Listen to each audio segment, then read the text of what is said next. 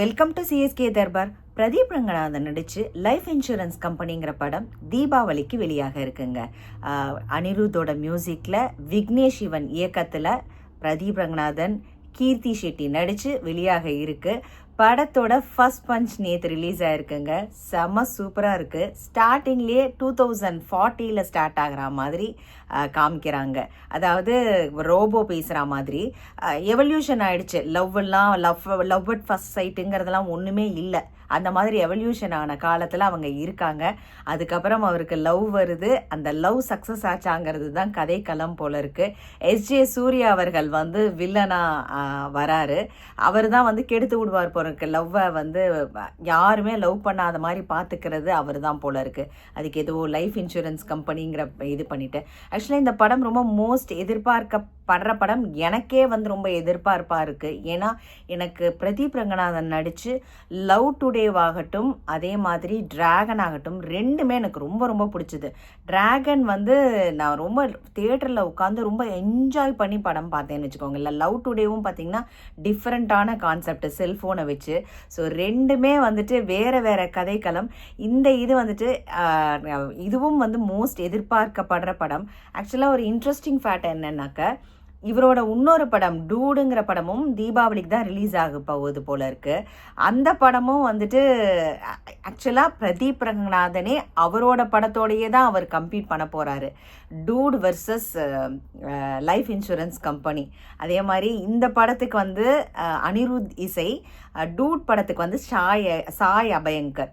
So Anirudh versus Sai Abhyankar அந்த மாதிரி வருது. பிரதீப் ரங்கநாதன் வெர்சஸ் பிரதீப் ரங்கநாதன் அந்த மாதிரி ரெண்டுமே வேறு வேறு சப்ஜெக்டு. ஸோ பயங்கர நானே வெயிட் பண்ணிட்டு இருக்கேன்னு வச்சுக்கோங்களேன். ஏன்னா அவரோட ரெண்டு படமுமே ரொம்ப சூப்பர் டூப்பர் ஹிட்டு. லவ் டுடேவும் சரி, டிராகனும் சரி.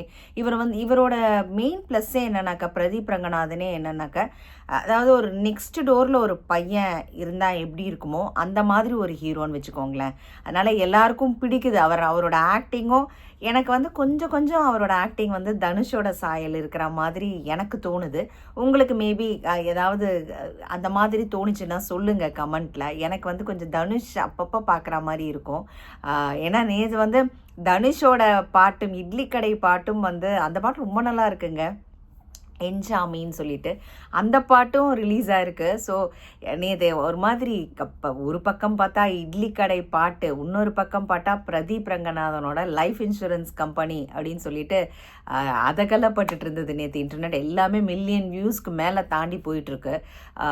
ஸோ இதில் லாஸ்ட்டாக அந்த பிரதீப் ரங்கநாதன் ஓட ஃப்ரெண்டு சொல்கிறாரு, இவ்வளவு தெரிஞ்சுமா நீ இன்னும் உன்னோட காதல் சக்ஸஸ் ஆகும்னு நினைக்கிற அப்படின்னு கேட்குறாரு. அதுக்கு அவர் சொல்கிறாரு, இந்த பிரபஞ்சம் கட்டாயம் அதை பார்த்துக்கும் அப்படிங்கிற மாதிரி சொல்லி முடியுது அந்த ஃபர்ஸ்ட் பஞ்சோட இது.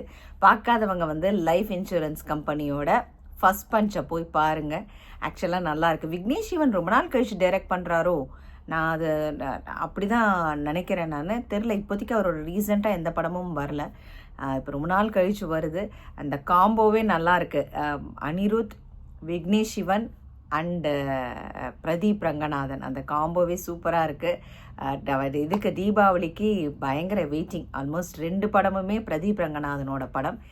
கட்டாயம் ஃபர்ஸ்ட் பஞ்ச் பார்க்காதவங்க போய் பாருங்கள். தேங்க்ஸ் ஃபார் வாட்சிங்.